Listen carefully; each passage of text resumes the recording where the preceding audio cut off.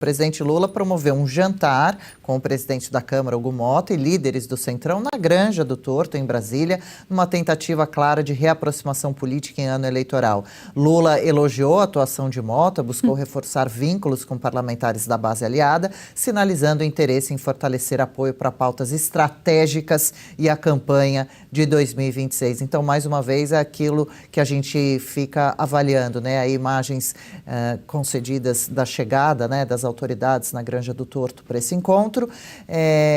Pois é aí que as coisas são realmente costuradas, decididas. Depois eles vão para frente das câmeras, depois eles vão para as instituições, ali para o Congresso, aí ó, para esses palanques, com o microfone na boca, papelada na mão, mas já com tudo decidido e alinhado, algum teatro que eles passam para a gente, quando na verdade o que vão fazer e decidir, que mexe totalmente com o futuro do país, já está decidido. Adriana, é aí e em lugares até piores que aí. A gente, infelizmente, não tem uma política transparente dentro do Brasil. E também não tem um judiciário transparente dentro do Brasil. Só para ficar com um exemplo, a gente ilustrar o que eu estou falando, o julgamento das redes sociais, vocês vão se lembrar disso, a tese ela foi definida num quarto, né, num quarto escuro, vamos dizer assim, num gabinete dos ministros do STF, e depois eles vieram contar o que eles tinham decidido. Imagina só, um julgamento que o artigo 93 da Constituição é explícito ao dizer que todo julgamento deve ser sempre público. E eles foram lá e decidiram essa tese entre quatro paredes, todos os ministros ali, numa reunião secreta. É isso mesmo, uma reunião secreta à qual ninguém teve acesso. Então, a gente só sabe de bastidores porque um ministro ou outro disse reservadamente, como sempre, à imprensa, isso ou aquilo. A gente tem essa situação. A mesma situação a gente teve ontem com a aprovação, por exemplo, daqueles aumentos absurdos que o Congresso ontem aprovou, numa votação simbólica. Se foi uma votação simbólica, isso significa que houve, e com orientação dos líderes dos partidos, isso significa o quê? Que esses líderes, eles simplesmente conversaram. Conversaram onde? Onde? Na nossa frente? Não. Conversaram nas nossas costas, em um desses almoços, ou sabe-se lá mais onde. Então, esse tipo de política que é feita dentro do Brasil é que acaba fazendo com que a gente tenha que engolir a seco um monte de absurdos, seja do judiciário, seja do Congresso. E o Hugo Motta, a gente precisa também registrar, ele é um parceiro hoje do governo federal. E um parceiro não apenas do governo federal, mas do consórcio estatal que a gente identifica entre governo federal e STF.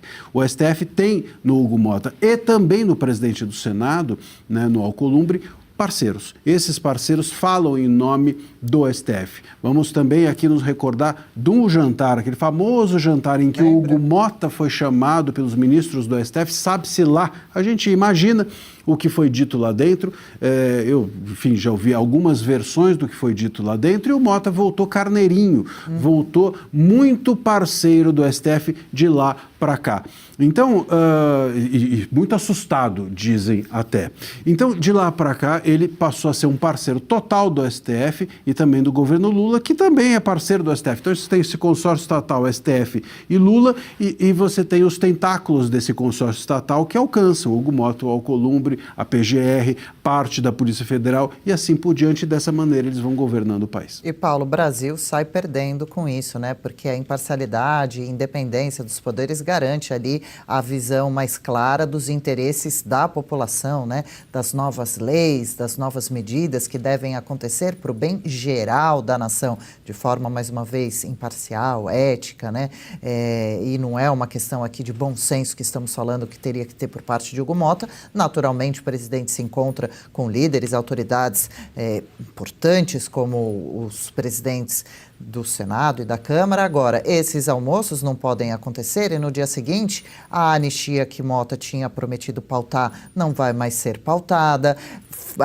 Segue ali os pedidos do presidente Lula que o favorecem numa campanha eleitoral esse ano para, por exemplo, estou aqui fazendo exercício de reflexão, não estou dizendo que foi isso, aí a gente não avança com investigações com relação ao senhor Hugo Motta e aos seus familiares, que são escândalos muito grandes que estão sendo abafados e pouco investigados. mastigados ao nosso ver, e tantos outros posicionamentos, as pautas que são decididas para serem discutidas ou não, o que é aprovado ou não dentro da Câmara Nacional, não pode evoluir de acordo com o que o presidente quer, um interesse pessoal e de uma ala apenas da política brasileira.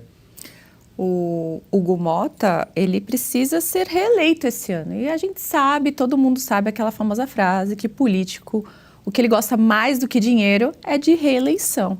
E ele vai precisar de dinheiro para isso, porque aonde o Hugo Motta tem o seu eleitorado ali, é justamente onde ele precisa estar em contato com o povo e precisa estar com dinheiro para fazer a sua eleição. É diferente dos grandes centros, que normalmente as pessoas mais populares na internet conseguem se eleger. No interior do Brasil é onde essas figuras como o Hugo Motta aparecem. Infelizmente, ainda é desse jeito. E pensando nisso, quem que tem a chave do cofre? O presidente Lula, que tem a chave do cofre, que pode permitir que dinheiro vá para por emendas e consiga ajudar eleitoralmente essas pessoas. Só que tem lá o nosso querido Flávio Dino segurando essas emendas, né? Possivelmente com um aval, né? Tentando ajudar o presidente Lula de alguma forma. Então, pensando nisso, pensando em reeleição, pensando que precisa de verba para essa reeleição, Hugo Motta agora está voltando a se alinhar com o presidente Lula. Já prometeu colocar em pauta tudo o que o presidente Lula quer, incluindo aquela bomba do fim da escala 6x1 que comentamos ontem, que será realmente um problema caso seja aprovada do jeito que está sendo proposta. Né? Se você não viu, olha o programa de ontem que a Marina ela realmente explicou. Deu uma aula realmente de como está sendo proposto essa grande mudança. E o Hugo Motta já falou que vai querer colocar em votação. Então, o que eu vejo nisso tudo é um alinhamento financeiro para conseguir verba para a reeleição esse ano, porque esse tipo de deputado, né, vamos dizer assim, precisa de verba, porque ainda no interior do Brasil é necessário esse tipo de eleição. Legal, gostou desse corte? Estamos ao vivo de segunda a sexta-feira, das 10 ao meio-dia, no YouTube da Revista Oeste. Eu, Marina Helena, Adriana Reide e Paula Camacho analisamos as principais notícias do dia. E siga as nossas redes sociais, @oestcom.elas.